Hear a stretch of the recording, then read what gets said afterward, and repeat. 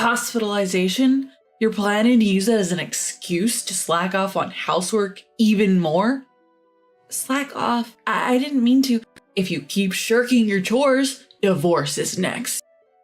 Unfazed, my husband casually spoke these words, not worrying about my upcoming hospital stay. Apparently, he thinks he can intimidate me with the threat of divorce. He believes that if he dangles the possibility of a split, I'll become obedient.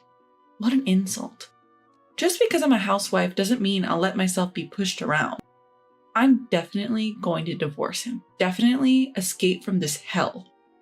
I'm Sandy Davis, 28 years old. A year ago, I married Kenny, a colleague from work. We were in different departments, but often interacted, and his advances led to a relationship. After dating smoothly, we finally tied the knot. With our marriage, I resigned from the company and became a full-time housewife. That's because Kenny had said this to me before we got married. Hey Sandy, after we get married, could you become a full-time housewife? Huh? But I don't really hate my current job. My mom was always a stay-at-home mom, and I think it's best for women to protect the home. Thanks to her, my dad could focus on work without stress. Is that so? Are you sure? I mean, I'm not particularly skilled at housework or anything. That's okay. All I want is for you to handle the house without overworking yourself. I'll earn our living out there. Okay, I understand. If you say so, Kenny, I'll try being a housewife.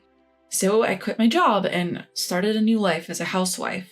Managing unfamiliar chores was challenging, but it was my life with Kenny, whom I loved so much. Plus, I lost my parents a few years ago, and my only family now is my husband. I was determined to cherish this life. However, happiness doesn't last forever. One day, 6 months after our marriage, my husband came home from work in an unusually bad mood. Even when tired, he would usually greet me with "I'm home," but not today. He let out a big sigh and plopped down on the sofa. I cautiously approached him. Kenny, welcome home. You seem tired. Are you okay? Dinner's ready. Would you like to eat? Or maybe you want to take a shower first? Hey, Kenny. Can't you see I'm thinking? Stop bothering me.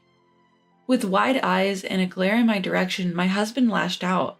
I had never seen him this angry before, and I involuntarily flinched. I'm sorry. Despite my immediate apology, he clicked his tongue loudly enough for me to hear it. In an obnoxious tone, he began to take out his bad mood on me. Must be nice just lazing around the house all day. Wait, Kenny, what are you saying all of a sudden? You're supposedly a housewife, but really you're just lounging around while I'm at work. You're really the worst. Hold on. I'm always doing chores around the house. Shut up. You're nothing but a leech. Yet you have the nerve to talk back to me? He suddenly grabbed a handful of my hair and yanked it upwards. I felt an unspeakable fear at his actions. I quickly raised my voice. Stop it! But my plea didn't reach him. For the following hour, I was subjected to a barrage of verbal abuse, called an inept wife and a freeloader. I'm reducing our monthly expenses, you know. As he declared, his treatment of me worsened day by day. Initially, he only reduced our spending money by $100. But now, I'm only getting half of what we used to. Our relationship wasn't one between husband and wife anymore. It was more like master and servant. This was only a year into our marriage. You might think it's only been a year, but for me, it was a year of hell.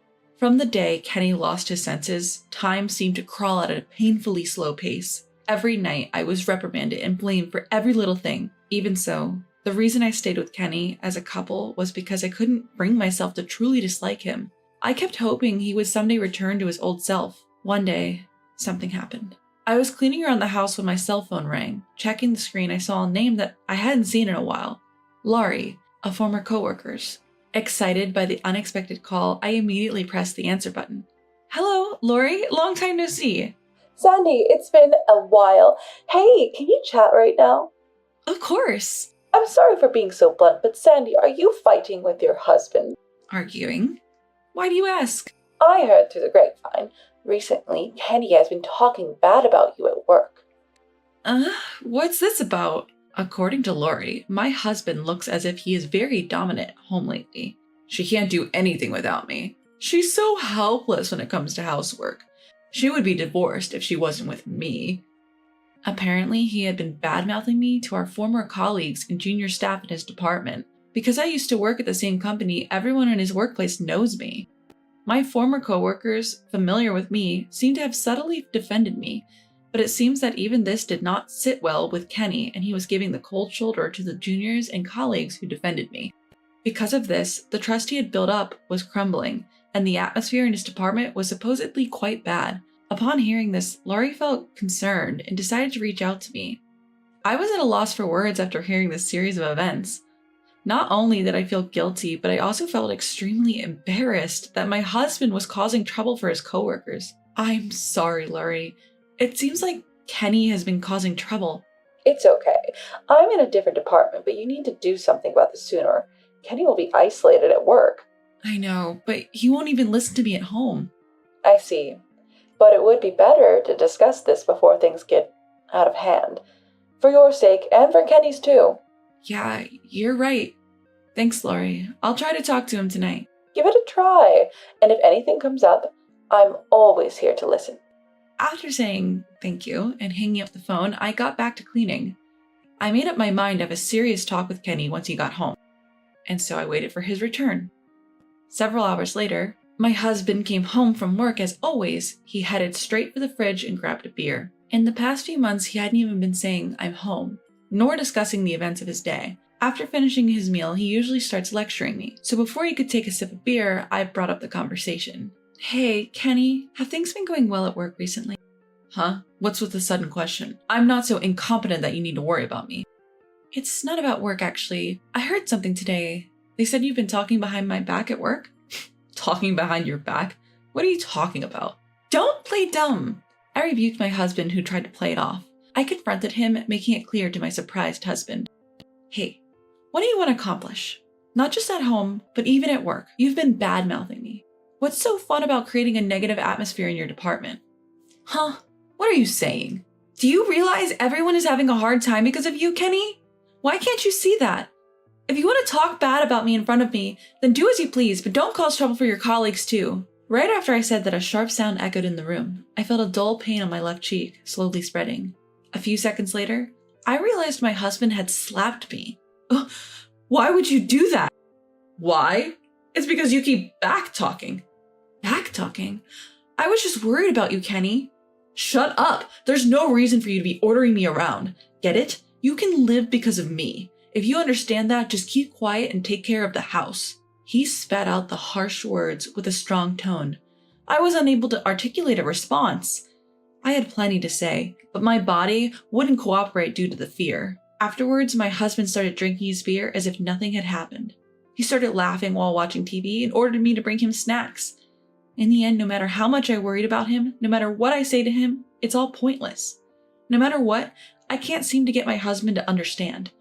Since then, the way he treated me worsened day by day. Not only my heart, but also my body was in shreds. Then one day, on my way to the grocery store, I was suddenly overcome with extreme nausea.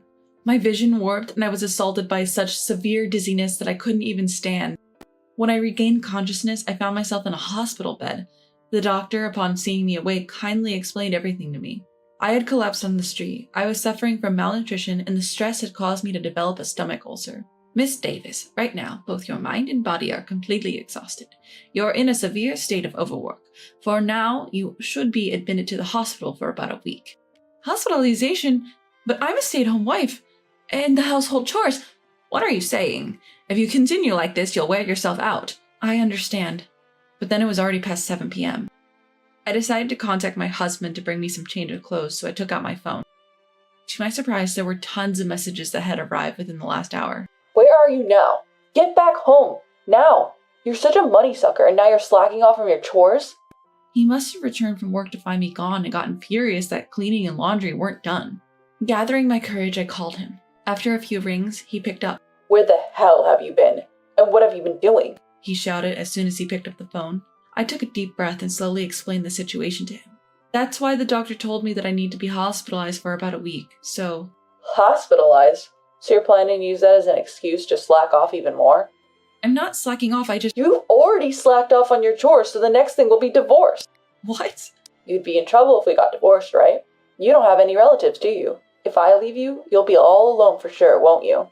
Even though his wife had been hospitalized, instead of showing me concern, he used the threat of divorce to order me to come home. At that moment, a fury I had never felt before reached its peak. Enough. I've had enough. I will never be happy if I continue to live with this man. Then it's better to.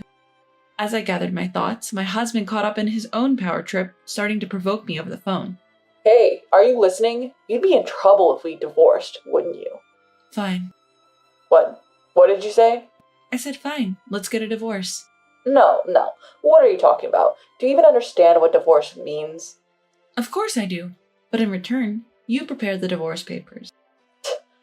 As if you have the guts to divorce me. Just remember this. In his annoyance, my husband hung up without waiting for a reply. The next phone call came later. The caller was my old boss from the job I used to have. Actually, even after I became a housewife, my old boss had been contacting me on several occasions. You see, I used to enjoy getting certifications, and I had several before I got married. I got some during my student days and some after I started working, and they were all beneficial for my job. Thanks to them, I had a wide range of work responsibilities, and I was trusted by the higher-ups. When I decided to quit my job after getting married, they tried to keep me on many times. This time, having decided to divorce while in hospital, I was also considering returning to work. When I mentioned this to my boss, he immediately agreed to take me back. He even took care of the arrangements for company housing, so it was decided that I would return to work and move into the dormitory next month. I'm ready now. I can get away from my husband at any time. Later, when I returned home from the hospital, I found the completed divorce papers on the desk. I signed them and immediately submitted them to the courthouse. I hurried back home and packed up my essentials. Then, I left the house before my ex-husband returned. A few hours later, while I was taking a breather in a budget hotel, my phone vibrated with a call from Kenny. Reluctantly answering the persistent phone calls, he yelled at me. Hey, did you get discharged from the hospital today? Yes, so what? I responded. What do you mean, so what? You didn't leave the divorce papers, so you went home, did you? Why didn't you wait for me to come back? You already know the answer. There's no reason to live together in the same house when we're strangers now, is there? Huh? Strangers? What are you talking about? You threw away the divorce papers, didn't you? Threw them away? You got scared when you realized I was serious about the divorce papers and threw them away, right? It seems like Kenny is convinced that there's no way I could go through with the divorce. As proof, he is convinced that I threw away the divorce papers and speaks as if I have no intention of divorcing at all. Responding to him, who didn't seem to understand the situation, I replied sarcastically, "Listen, you seem to be misunderstanding something, but I never threw away the divorce papers." Huh? Then where are they? I've submitted them. To the city hall. What kind of joke is... It's not a joke. It's already been accepted, and you and I are now strangers. We'll never have to deal with each other again. At that explanation, he raised his voice. Don't mess with me. Whether he couldn't believe what I said or not, he started blaming me again. You! There's no way you can divorce. You who have no family? No job? I certainly have no family, but I do have a job now. Huh? You're a housewife. That was true until now. I contacted my boss while in the hospital, and they agreed to hire me back. That's not something you can do so easily. It's possible. They even told me they want me back. There's no way. You probably don't know, but I'm going to resume work and live in the company's dormitory from next month. Then over the phone, Kenny let out a painful voice. Wait a minute. This must be a joke, right? I wasn't serious about the divorce. I don't care. I accepted the divorce because it was what you wanted. There's no problem with that, right? But that's a problem. How am I supposed to live without you? As soon as he understood it was a divorce, my ex-husband began to cling without learning his lesson. Disgusted by his attitude, I couldn't help but raise my voice. Huh? I don't care about your life. You're an adult. Figure it out on your own. I was your failed wife, right? So you shouldn't have any problems without me. That's not true. Wait, I apologize. Please forgive me. Shut up. I don't love you one bit anymore. I will never forget how you treated me like a slave. Don't ever appear in front of me again. Reflect on your actions and live alone for the rest of your life. After hanging up the phone unilaterally, I blocked his number.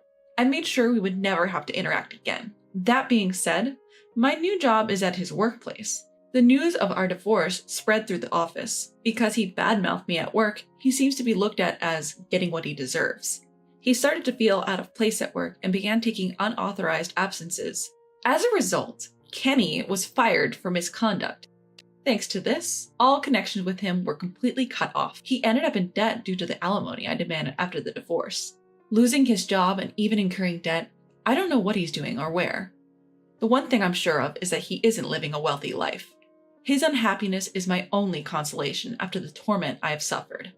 From now on, I will work for myself and live for myself. I will regain the freedom that I lost during our marriage.